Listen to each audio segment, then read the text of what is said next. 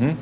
Agora, Padre Paulo, a gente sabe que esse pecado dos filhos da igreja, eu sempre repito aqui na Escola da Fé, que o Papa João Paulo II nunca pediu perdão pelos pecados da igreja. No ano 2000, ele pediu perdão pelos pecados dos filhos da igreja. Exato. Esses filhos aí não pode ser esquecido. Mas, mais um ponto da história da igreja que eu vou levantar aqui, a gente vai continuar mesmo depois do intervalo, já está quase na hora. É o seguinte, a gente sabe que esse pecado dos filhos da igreja atravessaram a igreja nesses 2000 anos. Todos os séculos da igreja houve papas que pecaram, bispos que pecaram, reis católicos que pecaram, leigos que pecaram, e hoje está aí, hoje é a mesma coisa, não é diferente. E é isso, exatamente isso que deu margem a muitas revoltas dentro da igreja, como a própria revolta em parte do Lutero e outras coisas. Mas eu queria levantar primeiro a questão do terrível século X, chamado século de ferro. Né? As razões disso, onde nós tivemos, por exemplo, 6 papas assassinados, né? E aquelas famílias querendo mandar na igreja. Isso é interessante, porque aí a gente vê que realmente se a igreja não fosse divina, ela teria desaparecido. Sim.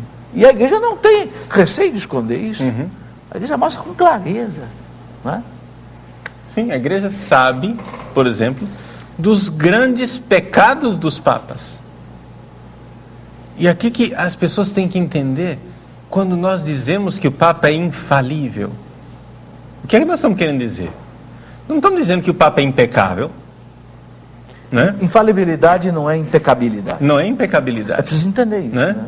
Ou seja, quando o Papa, enquanto Papa, em certas ocasiões somente, ou seja, quando ele fala isso enquanto sucessor de Pedro, o termo técnico é ex cátedra, não é? Quando ele fala ex cátedra, ele fala de forma infalível. Mas, no mais, o Papa é um homem pecador. E nós temos pecados clamorosos de papas, como, por exemplo, aí no século X, né? Nós temos o famoso Papa João XII, que não sei se é verdade, mas, porque nessa época também a historiografia é uma confusão. Porque a história é sempre contada pelas famílias adversárias e muito conflito político, a gente não sabe onde é que está a verdade. Mas conta a história, não é? João XII era filho, vamos adaptar aqui a linguagem, né, para vocês entenderem. Era filho do prefeito de Roma, e o prefeito queria um cargo bom para o filho dele, e o menino ali, adolescente, foi eleito papa. 17 anos de idade. Não tinha vocação nenhuma, né? Ele chamava os amigos para o Palácio Latrão, fazia ali banquetes onde todo mundo terminava embriagado. Um belo dia, num banquete, ele ordenou todo mundo, padre, todo mundo que estava bêbado ali, ele ordenou padre, inclusive os cavalos.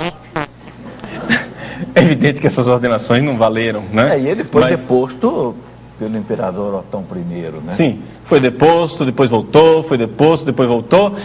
O fato é que o homem, segundo a lenda, morreu quando o marido voltou da caça e encontrou a esposa no leito com o Papa, né? Essa é a história escabrosa da morte de João XII. Não sei se é verdade, mas a igreja não esconde nada disso. E isso não abala a nossa fé minimamente. Se as pessoas acham que esses escândalos de pedofilia abalam a nossa fé na Igreja Santa e Imaculada, é porque vocês não são católicos, vocês não estão entendendo. Porque não conhecem a história da igreja. Vocês não estão entendendo qual é a nossa fé. A nossa fé é que é nesta miséria que Deus age. É isso que os protestantes não entendem. É nessa miséria que Deus age. Que Deus age na miséria. Ao mesmo tempo, nós temos santos maravilhosos. Exato. Em todas as épocas. Em todas as Nessa mesma época, Dom João XII, que é lá por volta do ano 900 ao ano 1000, nós vamos ter santos extraordinários. Sim. Né?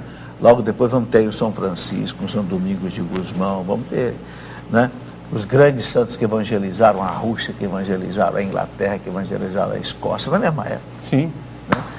É algo realmente extraordinário. Extraordinário, ou seja, a igreja é santa e a igreja é divina.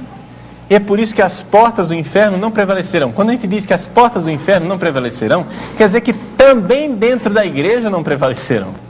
Porque, como o próprio Papa Bento XVI falou recentemente, Muitas vezes os piores inimigos da igreja estão dentro dela. Estão dentro dela. E vamos falar mais claro ainda.